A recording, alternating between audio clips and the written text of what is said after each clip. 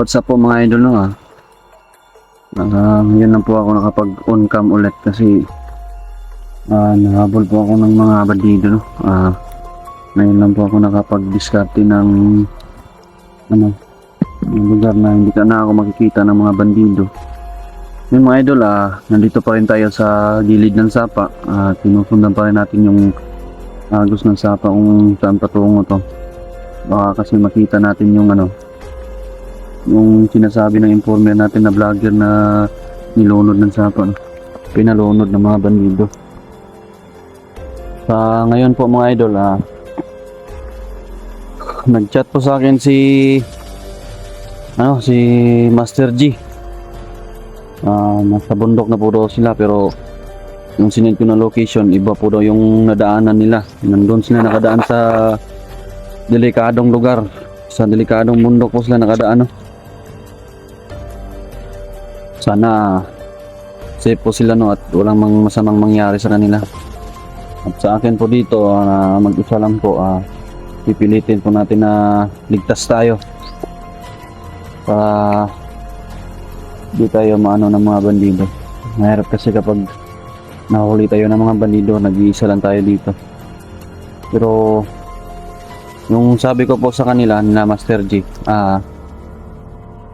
ako sa sapa, sinundan ko po yung sapa, no?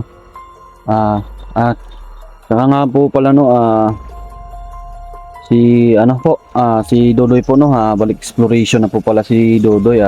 Bunso, sa bagong channel mo ngayon, no, sana parati kang sana hindi magbabago yung ugali mo, at sana parati ka pa rin suportahan kung ano man yung mga sumusuporta sa iyo noon, at sa bagong channel mo ngayon sana susuportahan ka ulit, no? Sa lahat na po ng mga supporters ko po, no, si Dodoy po, sa lahat po ng nagtatanong kung asa na po si Dodoy, kumusta na po siya ngayon po, no, may bagong channel po si Dodoy, no. Ganun pa din po yung pangalan niya. Pati suporta na lang po sa bagong channel ng samahan ko na si Bunso Dodoy, no. Yung mga idol, no, pasensya po at ngayon lang po ako nakapag-update at ngayon lang po ako nakapag on cam sa camera kasi ngayon lang po yung lugar na tapos sinitipid ko lang po yung baterya ko kasi parang matagal-tagal pa ako dito, 3 araw na ako dito sa bundok. Pero sabi naman po ni Master G, pupunta daw sila dito, papunta po daw sila dito, pero yung dinaanan nila, napakadelikado pong bundok na nadaanan nila kasi mali yung nadaanan nila. Kasi nung una pa lang na paglusog nila sa bundok, may naano silang mga bandido, no. Sana makita natin yung sinasabi ng informer natin. Yun mga idol, samahan niyo po ako sa explore ko ngayon at tapos na po ako makapagdasal. Sana walang mangyari sa akin, no. Pipilitin natin na ligtas tayo at walang mangyari sa atin, at sana makita na rin natin si Sarge. Ilang araw nang hindi pa natin nakikita si Sarge, no. Sana hindi siya yung sinasabi ng informer natin. Kaya dito tayo sa ngayon, sa gilid ng sapa. Sasabayan natin itong pupuntahan natin hanggang dulo itong sapa. Ba lang yung vlogger na sinasabi ng informer natin, baka nandyan lang sa mga gilid-gilid na sa mga ng puno. Kaya dito tayo sa gilid, hindi natin iiwanan yung gilid ng sapa para makita natin yung sinasabi ni informer natin.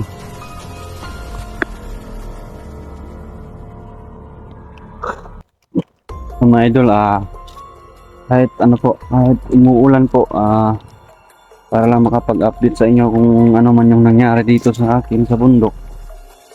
Hindi natin ilan yung ulan, no. Hina pa naman yung ulan. Kaya pa ng cellphone natin to.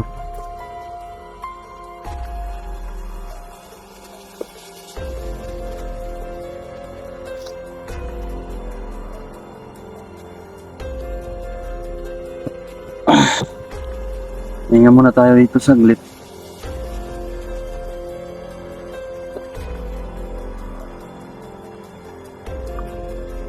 Parang kakaiba tong lugar na to. No?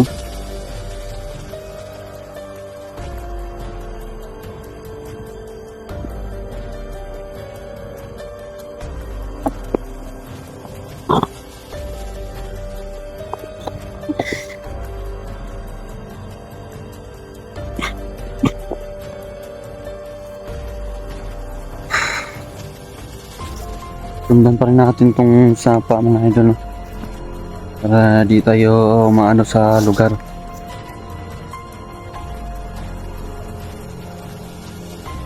Parang may kakaiba sumusunod sa akin. Parang may nararamdaman na isang aura. Mahina lang pero wag din naman tayong magkumpiyansa, no? Kahit mahina yung nararamdaman nating aura, di pa rin tayo magkumpiyansa.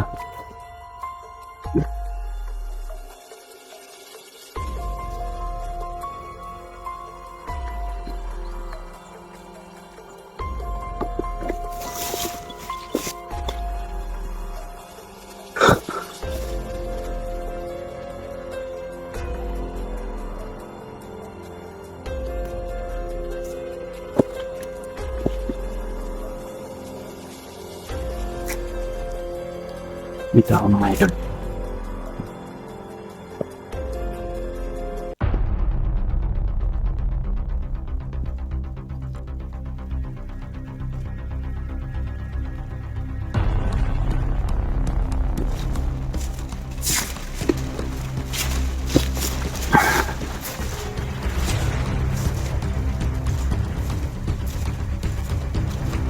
Wala.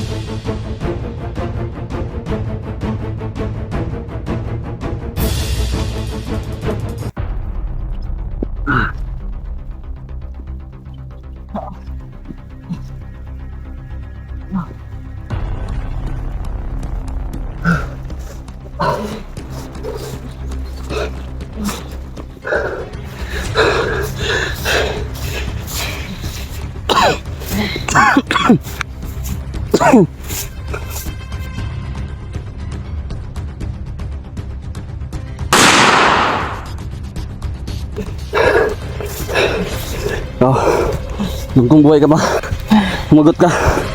Sino yung vlogger na nilunod yung sa sapa?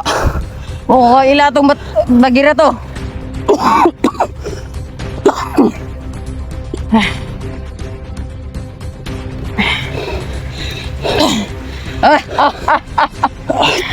Anong nakadire?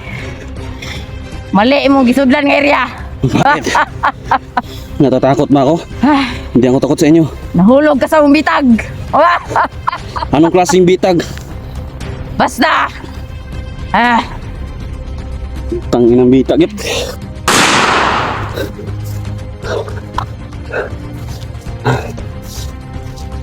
Ah.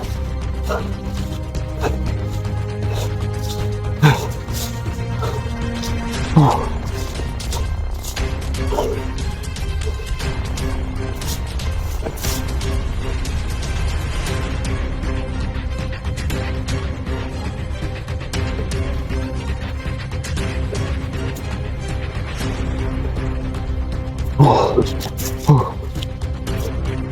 Tingin muna tayo dito.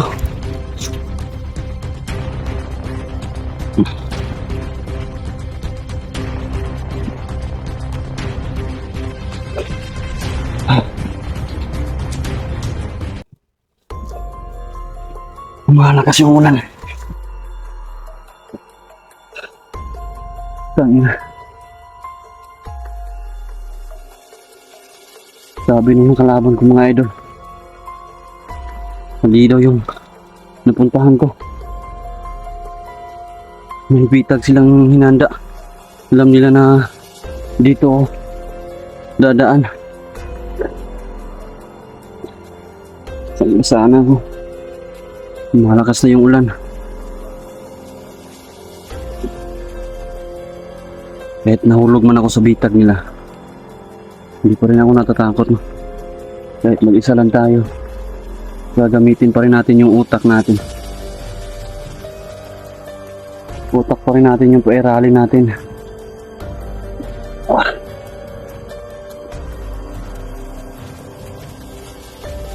Hinga muna tayo dito. Kasi sobrang lakas ng ulan. Baka hindi kayanin ng cellphone natin. Baka biglang mag-off yung cellphone natin.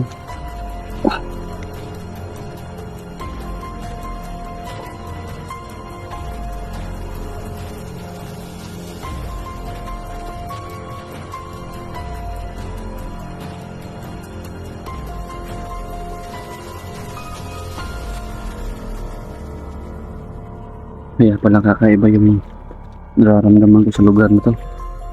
Kakaiba talaga.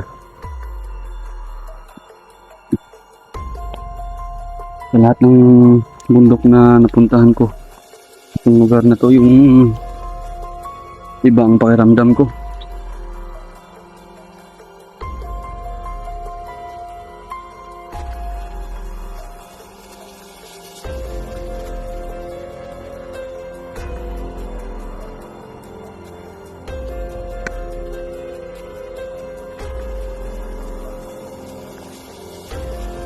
Isip pa rin tayo sa paligid. Kasi ang pagkakaalam ko parang hindi lang yung dalawa yung kalaban natin dito. Kasi may nasabi siyang nahulog tayo sa bitag. Kaya alam nila na nandito ako. May bitag silang hinahanda.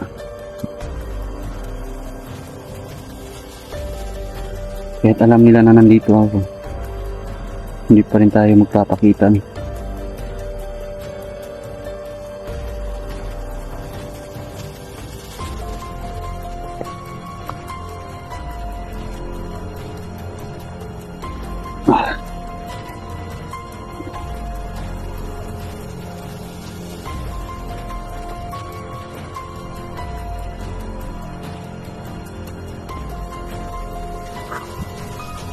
Malapit nang tumila yung ulan. Aantayin lang natin yung ulan na tumila para makapag-proceed naman tayo ulit. Delikado kasi kapag malakas yung ulan tapos wala tayong pangtakip sa cellphone natin. Masisira yung cellphone natin.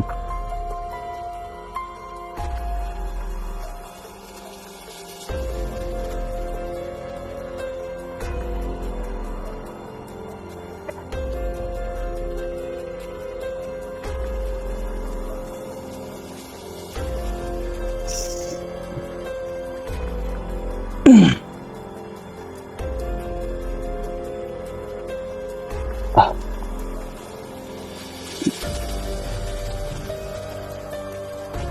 idol, mahina na yung ulan. Pusid na tayo. At nakapagpahinga naman tayo.